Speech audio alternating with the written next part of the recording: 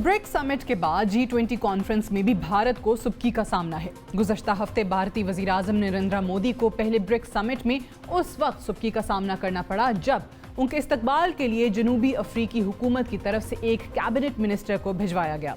इसे बर्दाश्त न करते हुए भारतीय वज़ीर आज़म ने वाटरक्लूफ एयरफोर्स बेस पर जहाज से उतरने से ही इनकार कर दिया। मोदी के इनकार के बाद जनूबी अफ्रीका की हुकूमत की तरफ से नायब सदर पॉल मशटीले को इस्तकबाल के लिए भिजवाना पड़ा और बिलाखिर नरेंद्र मोदी जहाज से उतरने के लिए तैयार हुए। दूसरी जानिब चीनी सदर शी जिनपिंग के इस्तकबाल के लिए जनूबी अफ्रीका के सदर सिरिल रामाफोसा एयरपोर्ट पर खुद मौजूद थे। अब अगर नई दिल्ली में होने वाली G20 कॉन्फ्रेंस का तस्करा किया जाए तो हम देखते हैं कि एक बार फिर चीन के हाथों मोदी सरकार की सुबकी हो चुकी है। मगरबी और भारतीय मीडिया रिपोर्ट्स के मुताबिक चीनी सदर शी जिनपिंग दुनिया की 20 बड़ी मईशतों की तंजीम G20 के इजलास में शिरकत नहीं करेंगे। चीनी और भारतीय ओहदेदारों ने रॉयटर्स को बताया कि चीनी सदर की जगह चीनी वज़ीर आज़म ली क्यांग इस सरबराही इजलास में अपने मुल्क की नुमाइंदगी करेंगे। G20 इजलास भारतीय दारुल खिलाफा नई दिल्ली में 9 और 10 सितंबर को मुनक़्क़िद होगा।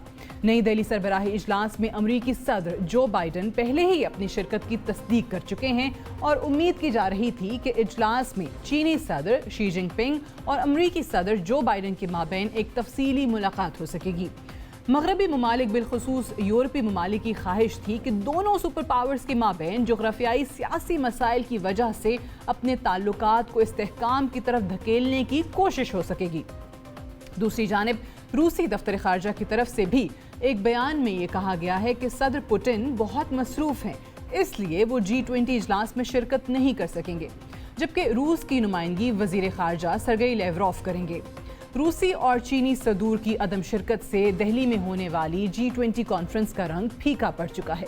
एक तरफ मोदी की अमेरिका, चीन और रूस के माबैन सालिसी की तमाम ख्वाहिशात अधूरी रह चुकी हैं, तो दूसरी तरफ भारत की अक़वाम मुत्तहिदा की मुस्तकिल मेंबरशिप की ख्वाहिश भी चीन और रूस के सरबराहान की अदम शिरकत से पूरी ना हो सकेगी।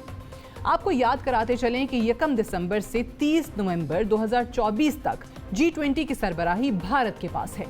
G20 की सरबराही मिलने के बाद मोदी सरकार अपने मज़मूम अज़ाइम को पूरे करने के लिए पुरजोश हो गई थी और इजलास के इनकाद के लिए मकबूजा कश्मीर का इंतखाब किया, मगर चीन और सऊदी अरब की तरफ से बॉयकॉट की धमकी मिलने के बाद दिल्ली सरकार की ख्वाहिश पूरी न हो सकी। G20 इजलास इनकाद से पहले ही मुतनाज़ा हो चुका है।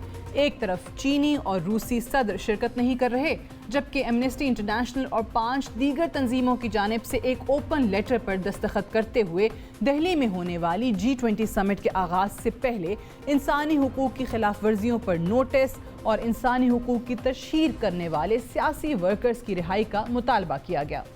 ब्रिक्स हो या G20 कॉन्फ्रेंस, मोदी सरकार को अपनी इंतहा पसंद पॉलिसियों की वजह से हर इंटरनेशनल फोरम पर शर्मिंदगी का सामना करना पड़ रहा है और अब देखना यह है कि इन्हीं पॉलिसीज के साथ मोदी और बीजेपी कब तक सस्टेन कर पाएंगे।